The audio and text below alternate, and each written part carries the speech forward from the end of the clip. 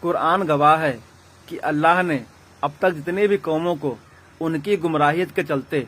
اپنی طرف سے ایک خاص عذاب نازل کر کے انہیں ہلاک و برباد کر دیا۔ کوئی بھی قوم ایسی نہیں ہے جس کو اللہ نے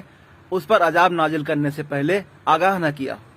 لیکن کوئی بھی قوم اپنے آپ کو اللہ کی آگاہی آنے کے بعد بھی اس عذاب سے نہیں بچا پائی سوائے قوم یونس کو۔ آج یہ امت مسلمہ بھی اسی دہانے پر کھڑی ہے کہ جب اللہ اس پر اپنی طرف سے طے عذاب نازل کر دے، کیونکہ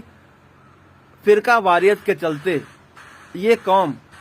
ایک ایسے گمراہی کے دلدل میں دھس چکی ہے جہاں سے اس کا نکلنا بہت ہی مشکل ہے۔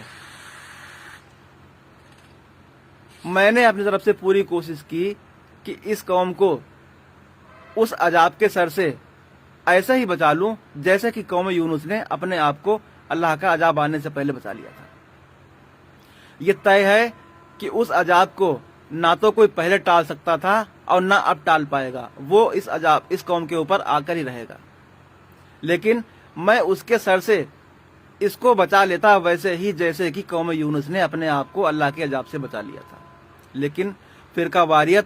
اور فرقہ پرست عالموں کے چلتے میری ساری کوششیں ناکام ہو گئیں۔ اب مجھے نہیں معلوم کہ اس عذاب آنے کے بعد، یعنی اس عذاب کے آنے کے بعد اس قوم کا کیا ہوگا، مجھے نہیں معلوم، لیکن اس قوم کے عالموں کو اس قوم کے ساتھ غداری کرنے اور اس قوم کو گمراہ کرنے کے نتیجے میں اس عذاب سے نجات نہیں ملے گی۔ یعنی ان عالموں کو اس قوم کو گمراہ کرنے کی قیمت میں پہلے بھی کہہ چکا ہوں اور پھر کہہ رہا ہوں کہ اس قوم کے عالموں کو اس قوم کو گمراہ کرنے کی قیمت اپنی آخرت سے ہاتھ دھو کر چکانی پڑے گی۔ علم کسی کے باپ کی جاگیر نہیں جو اس پر قبضہ جما کر بیٹھ جائے۔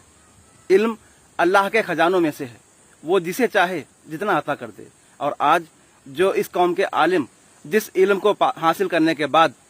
اپنے اوپر فخر کر رہے ہیں، تو وہ کان کھول کر سن لیں، یہ علم صرف اللہ تک پہنچنے کا ایک ذریعہ ہے۔ اگر کوئی شخص اس علم کے سہارے اللہ تک پہنچ گیا تو یقیناً اللہ اسے عالم بنا دے گا، ورنہ سمندر میں گوتے لگانے سے دل کا میل صاف نہیں ہوتا۔ جو لوگ مجھے ان عالموں کا گستاخ سمجھتے ہیں